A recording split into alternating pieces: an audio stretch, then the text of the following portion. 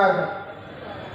நாம் அங்கே சென்று எங்களுடைய மேனுவல் பட்டாவை எல்லாம் மாற்றி நீங்கள் கம்ப்யூட்டர் பட்டா வழங்க வேண்டும் என்று கேட்டால் இது போன்ற பிழைகள் எல்லாம் இருக்கிறது உங்களுடைய மேனுவல் பட்டால.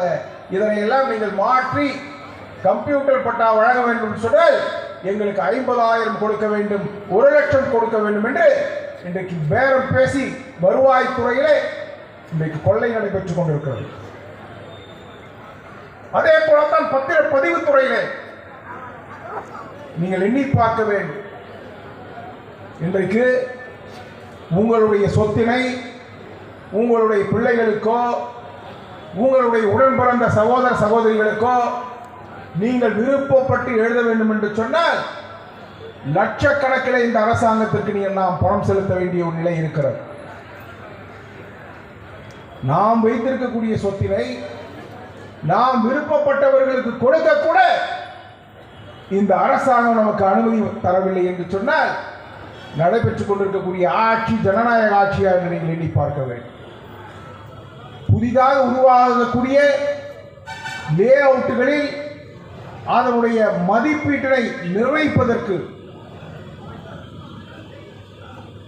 இன்றைக்கு ஏக்கருக்கு 2 லட்சம் ரூபாய் இன்றைக்கு சம்பந்தப்பட்ட அமைச்சர் இன்றைக்கு லஞ்சமாக பெற்றுக் கொண்டிருக்கிறார்கள் பெரியவர்களை. இப்படி ஒவ்வொரு துறையிலும் ஊழல் தலைவிரித்தாடுகிறது. வரக்கூடிய சட்டமன்ற தேர்தலில் ஒவ்வொரு ஓட்டுக்கு 1000-2000 ரூபாய் கொடுத்து வாங்கிடலாம் நினைக்கிறாங்க. வருகை தந்திருக்கக்கூடிய பெண்கள் நீங்கள் எல்லாம் நன்றாக யோசிக்க வேண்டும். ஏற்கனவே வாக்களித்த காரணத்தினாலே இன்றைக்கு பல்வேறு துயரங்களுக்கு நீங்கள் ஆட்பட்டு இருக்கிறீர்கள். இன்றைக்கு நமது பிள்ளைகளை கல்லூரிகளுக்கும் பள்ளிகளுக்கும் அனுப்ப முடியவில்லை என்று நீங்கள் சிந்தித்து பார்க்க வேண்டும். சட்டம் ஒழுங்கு சீர்கேட்டிற்கு முதல் காரணம் யார் என்று சொன்னால் நாட்டில் இருக்கக்கூடிய திமுகவினர் தான். எனக்கு முன் பேசியவர்கள் சொன்னார்களே, தாம்பரம் மாமன்ற கவுன்சிலர் ஒரு கொலை செய்தவர், தாம்பரம் சட்டமன்ற உறுப்பினர் எஸ் ஆர் ராஜா அவர்கள்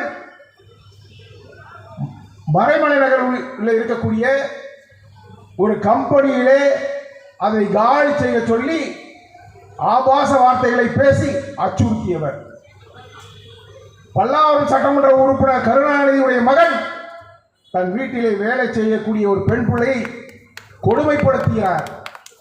இப்படி திமுகவினரால் தான் தமிழகத்திலே சட்டம் ஒழுங்கு இன்றைக்கு மிக மோசமான நிலைக்கு ஆளாகி இருக்கிறது.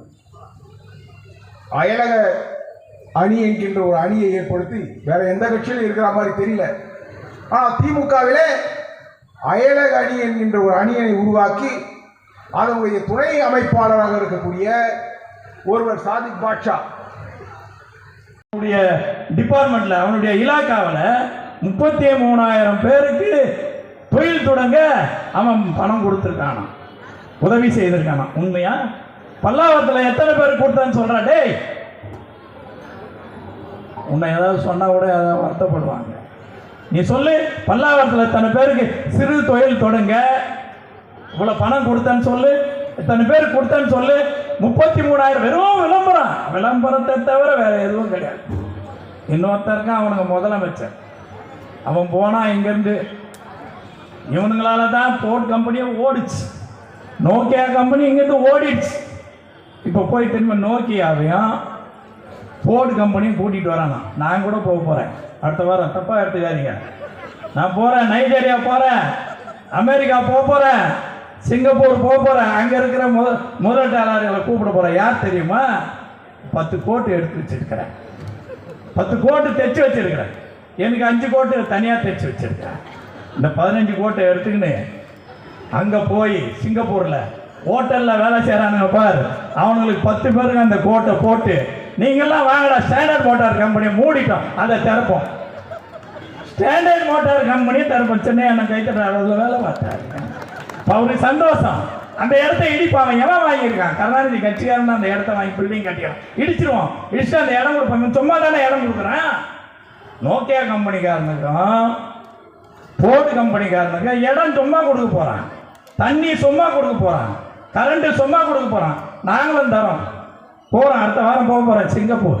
தப்பாக எடுத்துக்காது, சிங்கப்பூர் போக போகிறேன், ஏற்பாடு பண்ணி சென்ட்ரல் கவர்மெண்ட் ஓடிக்கிட்ட பேசியிருக்கேன், எனக்கு பர்மிஷன் கொடுங்க. கொடுக்குறேன்னு அவரும் சொல்லிட்டாரு. நான் போக போகிறேன் சிங்கப்பூர், அரபு நாடு பூரா போக போகிறேன், நைஜீரியாவும் போக போகிறேன். நீ போன இடம்லாம் போய் அங்கே ஹோட்டலில் வேலை செய்கிறவனுங்களாம் அந்த கோட்டை கொடுத்து அவனுங்களாம் உட்கார வச்சு நான் சென்டராக உட்காந்துக்கின்னு நீங்கள்லாம் முதலீட்டாளர்கள் வாங்க. வண்டலூரில் ஸ்டாண்டர்ட் மோட்டார் கம்பெனி மூடிட்டாங்க, அந்த கம்பெனியை திறங்க அப்படின்னு சொல்ல போகிறேன். அதுவும் கண்டிப்பாக திறப்போம். நீ எப்போ நோக்கியா கம்பெனியும் போர்டு கம்பெனியும் திறக்கிறியா அப்போ ஸ்டாண்டர்ட் மோட்டார் கம்பெனியை திறப்பாங்க என்பதை தெரிவித்து வாய்ப்பு தந்த பல்லாவரம் நகர கழகத்துக்கு நன்றியை தெரிவித்து விடைபெற்று வேண்டும். நன்றி, வணக்கம். பம்மல் இதுக்கே நீ இன்னும் செய்து முடிக்கல. என்ன எம்எல்ஏ? அப்போ என்ன கிழிக்கிறதுக்கு நீ எம்எல்ஏ? கிளவியாக பிடிக்கலாம். மானங்கெட்ட பயிலுக மக்கள் அனுப்பி படைச்சவங்க. நான் கேட்கிறேன், இருக்கிற தாய்மார்களை பார்த்து எங்க அம்மா இருக்கும்போது உண்டா இதெல்லாம்? எவ்வளவு கேவலம், எவ்வளவு அசிங்கம், அவமானம். காவல்துறை என்ன பண்றீங்க? இதுவரைக்கும் எங்க அம்மா போட்ட சட்டத்தை நிறைவேற்றி இருக்கீங்களா? எங்க அம்மா போட்ட சட்டத்தை செயல்படுத்தி இருக்கீங்களா? இல்ல எப்படி தூக்கி மூடி வச்சிட்டீங்க, அப்படியே தூக்கி மூடிட்டீங்க. தயவு செய்து இந்த பெண்களை பாதிக்கக்கூடிய எந்த அரசாங்கமும் நடந்தால் அது உருப்படவே உருப்படாது. அந்த பாவம் சும்மா. நான் தயவு செய்து தாய்மார்களுக்கு தெரிவிச்சுக்கிறேன், பாதுகாப்பு இல்லை. இதே பல்லாவரம் தொகுதியில நீங்க எல்லாம் ஓட்டு போட்டு ஒருத்தர் உட்கார வச்சிருக்கீங்களே எம்எல்ஏவா, நான் பேரை சொல்ல விரும்பல, அவன் வீட்டுல